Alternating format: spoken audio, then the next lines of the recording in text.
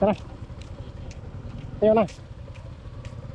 So yun guys, nakuha na natin yung ating motor at mainit-init pa galing ng kasa.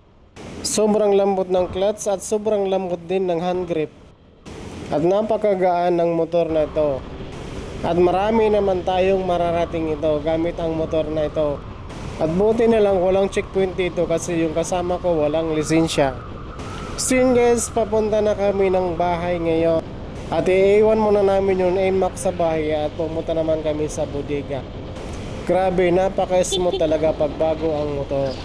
Ganda ng kulay nito guys, tawag nila cyan blue. Sana makuha ko agad yung ORCR at saka yung plate number kasi hindi naman tuhulugan kasi naman ito binili. Ganda ng panahon ngayon guys, sarap mag-rides ng malayo. Mag-overtake muna tayo guys dito sa malaking truck na to. Ingat lang tayo guys na mag-overtake tayo dito sa right side. Dapat magbubusin na tayo para malaman ng ino-overtakean natin. So yun guys, medyo malapit na tayo sa ating bahay. Ito pala guys yung Basister Fuel, malapit lang yan sa bahay namin. Ito lang dito.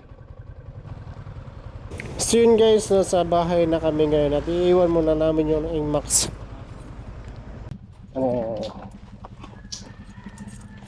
Tara, kinalaw na na. Sabot lang pinagda. Kuha na,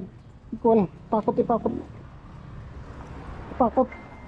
So yun guys, papunta na kami ng bodega ngayon dahil malilit na kami, mag-alauna na.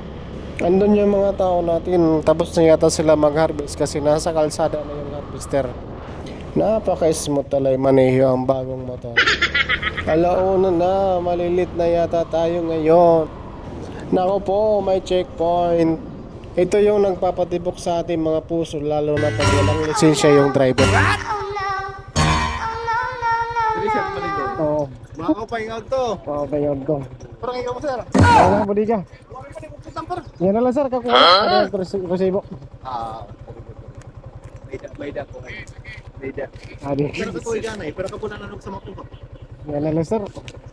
Bayda ganay, mag-winning ko. Oo. Bayda.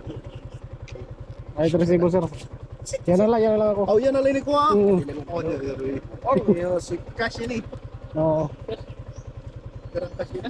124. Perang cash ini. 124. 124, 500.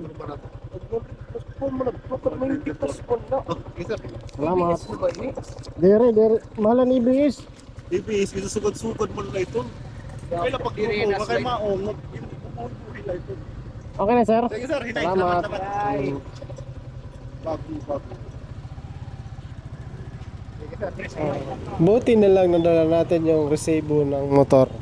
So yun guys, pag may checkpoint, nagbigay galang kayo sa nag-checkpoint. At kung nakatinted yung windshield ng helmet mo, itaas mo yung helmet mo para makita yung mukha mo sa nag-checkpoint. So yun guys, malapit na tayo sa bodega ngayon. At may mga truck na nag-aantay para magpatimbang. So yun lang guys, see you next vlog.